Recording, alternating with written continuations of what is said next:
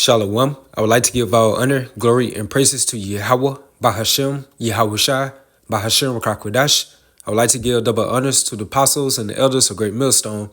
Salutations to our sister Akim, pushing this word across the four corners of the world. Just another news update through the spirit, the power, and the vibration of Yahweh, Bahashem, Yahushai.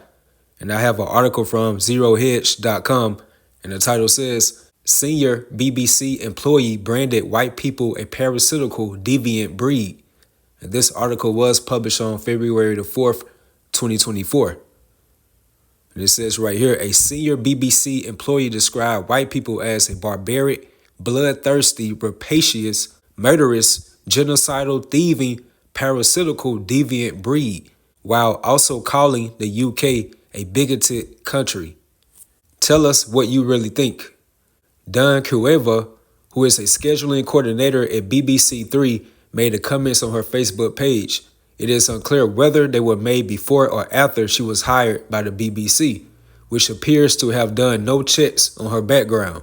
While Cueva appears to vehemently hate white people, that didn't stop her living in the UK, a country she branded bigoted and genocidal, while also referring to Britain as the UKKK, a reference to the Ku Klux Klan. According to the BBC staffer, white people are barbaric, bloodthirsty, rapacious, murderous, genocidal, thieving, parasitical, deviant breed who disturb the natural order of the planet. And my take on this through the spirit, like, what did she say wrong? Because these so-called Caucasians or so-called white people, where in actuality, when you look up that word white, it goes into morally innocent or pure, not intended to harm. And that white term was a social construct that was originated back within the late 1600s. So therefore, you are not white per se, because the blood shows through your veins, through your translucent skin, which makes your pigmentation a pinkish to a reddish hue, which accurately aligns up with the Holy Scriptures. When you read about who is Esau, Edom, and according to the book of Genesis, the 36th chapter and the 8th verse, it goes into about how Edom dwelt in Mount Seir. Esau is Edom. And where the word Esau goes into Asashua, which means wasted away is he, meaning his pigmentation, which is why his father Isaac was so surprised when he saw Esau come out. And the word Edom goes into Adawam, which means red, which is an indicator who are these so-called Caucasian people in today's time. And down here within the South, they are referred to as rednecks, which is another telltale sign that you are indeed the biblical Edomites. And once you go into these different social media platforms about this same topic right here, you see a lot of people making harsh statements, what this lady right here stated, telling her to go back to Africa. So now she's getting demonized only because she told the truth of the matter. And that takes me right to Jeremiah 49:10. It says, but I have made Esau bare. I have uncovered his secret places, and he should not be able to hide himself. His seed is spoiled, and his brethren and his neighbors, and he is not. So by Esau being made bare, that means that he is exposed, and he's being revealed more and more within these latter times. So you have these Edomites on these different comment boards about this topic right here, mad at this woman because really she's indirectly calling out Esau's blessing that our forefather Isaac blessed them with. When you read the book of Genesis, the 27th chapter, the 39th to the 48th verse, about how Esau's dwelling should be the fatness of the earth and the dew of heaven from above, and by the sword should he live, which links up with Revelation, the 6th chapter, and the 4th verse, about that red horse, and hence the word red again, which refers to these Edomites, and how power was given to them that set their on to take peace from the earth, and how they should kill one another. And there was given unto him a great sword, which reroutes back to the blessing I quoted from Genesis, the 27th chapter. So now, due to biblical prophecies, we are approaching the end of Esau being taken off the world stage by Yahushai. And before they do that, they're exposing Esau. All of his hidden and secret things are being made known now. First and foremost, through the prophets of Yahweh Bahashem Yahushai, on down to these whistleblowers and these so-called truthers. So again, but I have made Esau bare, I have uncovered his secret places, and he should not be able to hide himself. Once Cain, who he murdered his brother Abel, once he passed, that same wicked, sinister spirit came as Esau. And there is a heavy spiritual correlation between Cain and Esau. And the word Cain goes into weapon. Hence Esau's blessing, the sword. And Cain had a descendant named Tubal-Cain, which means traveling weapon.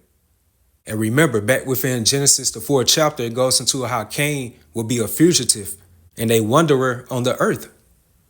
Look how Esau disguises himself as these other nations, especially by being the chosen people according to the scriptures, the Israelites. He wants to be the ancient Egyptians, like all of these other heathen nations, but the biblical Edomites. And it's a very spiritual reason behind it, because the higher ups of Esau, Edom, know exactly who they are, according to the scriptures. Because once you look up that word Edom, according to the Zondervan Bible Compact Dictionary, it goes into how Esau figures permanently in the prophetic scriptures as the scene of great future judgments. And it goes on to say how she is the only neighbor of the Israelites who was not given any promise of mercy from the Most High. So now it should make sense, beginning from the hierarchy of Esau, Edom, they try to camouflage or impersonate as these other nations, but the biblical Edomites. Or they would have they paid off so-called scholars would say that the Edomites are done away with. But according to Ecclesiastes, the 4th chapter and 16th verse, it says there is no end of all the people. And one of the last things Esau promised himself back in Genesis, the 27th chapter and the 41st verse, how the days of mourning for my father are at hand, then will I slay my brother Jacob. Which is spot on what this woman right here stated.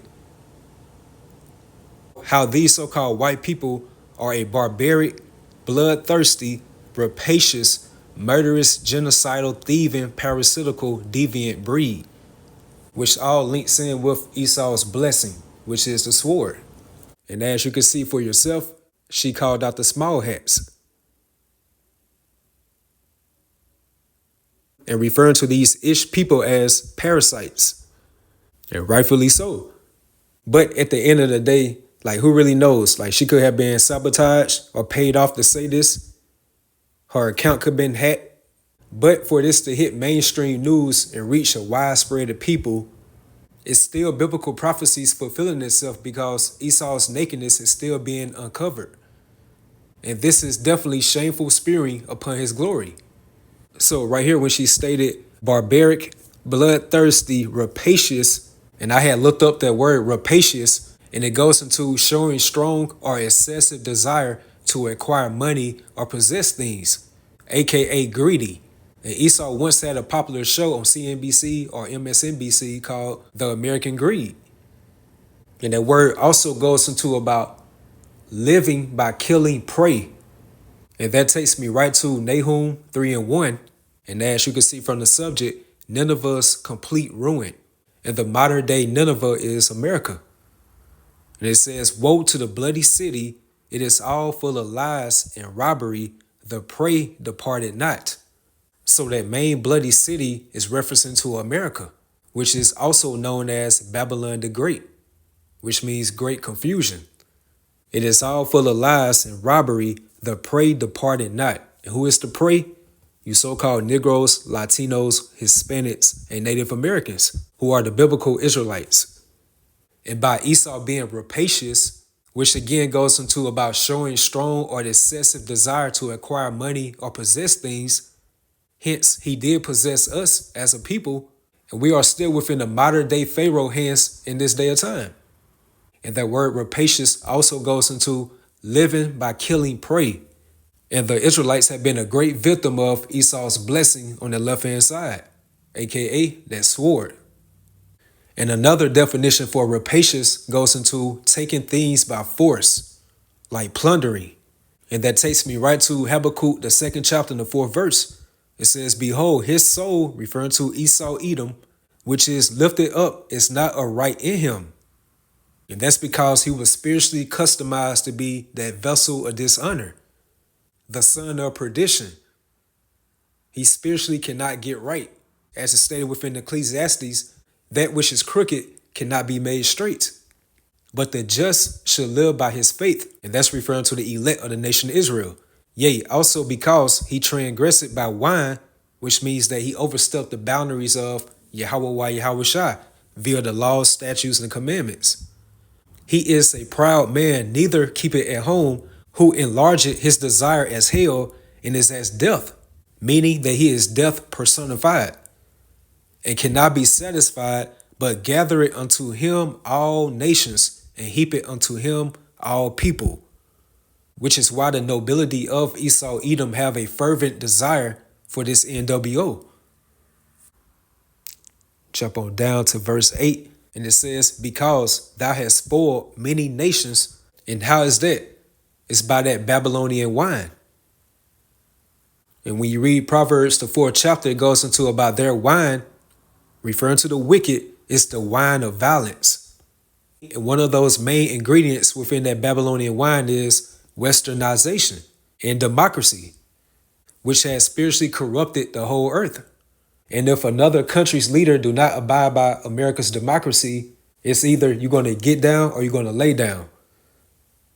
So right here it says, because thou hast spoiled many nations, including the Israelites, all the remnant of the people should spoil thee, because of men's blood and for the violence of the land, of the city, and of all that dwell therein. And we are within some beautiful times prophetically, how the man of sin, which is Esau Edom, is being made manifested unto the world. And that takes me right to this point right here that was made within the movie Planet of the Apes that came out in 1968. And the character Cornelius stated this about the so-called white man. It says, beware the beast man, for he is the devil's pun, alone among God's primates. He kills for sport or lust or greed. Hence the word rapacious. Yea, he will murder his brother to possess his brother's land, which was that same sinister spirit that was within Cain. And once Cain left the earth through the process of reincarnation, he came back as Esau, which was that same wicked spirit, which really originates back into the garden of that serpent that beguiled Eve. It's that same spirit that's within these modern day Edomites, or these so-called white people in today's time. Like, yeah, they might smile in your face, try to shake your hand, pat you on the back or whatever. But according to Ecclesiastes, the 12th chapter and the 10th verse, it stated, never trust thy enemy. And one of our main enemies as the biblical Israelites is the tabernacle of Esau Edom. So yea, he will murder his brother to possess his brother's land. Let him not breed in great numbers, for he will make a desert of his home and yours. So he's like a spreading cancer. And one thing about cancer, it's a medical term called metastasis. Like when a cancerous tumor become malignant within the body, will spread throughout that sickly body, which is the nature of Esau Edom, which is why this lady Don Q. Evers stated how these so-called white people will disturb the natural order of the planet. So right here within this movie quote, The Planet of the Apes, Cornelius stated, let him not breed in great numbers, for he will make a desert of his home and yours. Shun him, drive him back into his jungle lair, for he is the harbinger of death. So therefore he's death personified, as we just read within Habakkuk, the 2nd chapter. And that takes me right to the book of Daniel, the 4th chapter and the 17th verse. This matter is by the decree of the watchers and the demand by the word of the holy ones, to the intent that the living may know that the Most High ruleth in the kingdom of men, and giveth it to whomsoever he will, and set it up over it the basis of men. And the basis of men is referring to the biblical Edomites. And once you go into this word basis within the blue letter, it goes into the lowliness of its station, which means that Esau violates all standards, principles, ethics of morality or decency. That's his nature, which is something that he cannot change, nor can we. And that takes me right to Revelation, the 19th chapter and the 1st verse. And after these things, I heard a great voice of much people in heaven saying, Alleluia, salvation and glory and honor and power unto the Lord our power, Yahweh Bahashem Yahushai. Verse 2, for true and righteous are his judgments, for he had judged the great whore. And that's referring to America, which is the main hub or establishment of Esau, Edom, which did corrupt the earth with her fornication, which goes into her immorality, which goes into all levels, from a spiritual, from a physical, and definitely from a moral aspect. And that's why America is also classified within the scriptures as the valley of the shadow of death. And a valley is a low land, which means that it violates all types of standards or morality. Hence, the laws, statutes, and commandments of Yahweh Bahashem Yahushai. And you are given the license within this wicked society to have a free-for-all in wickedness. And that cancerous mindset has spread it across the four corners of the world. And that's why it's stated also within the book of Revelation how the nations were mad. So which did corrupt the earth with her fornication and had avenged the blood of his servants in her hand. Verse 3, and again they said, Alleluia, and her smoke rose up forever and ever. And that smoke, due to those nuclear missiles and also by the fire that Yahushua along with the chariots are going to bring, will be seen for a long period of time. So that concludes a lesson through the Spirit. Senior BBC employee branded white people a parasitical, deviant breed. And once these physical counterparts of Satan, referring to the Edomites, be taken down and be subjected unto Yahushua along with his day ones, the elect men of the nation of Israel, the whole earth along with its inhabitants will be at rest. So again, senior BBC employee branded white people a parasitical, deviant breed. And my point again, what did she say wrong? So with that, hopefully you all was edified, you all stay strong, keep pushing forward. Shalom.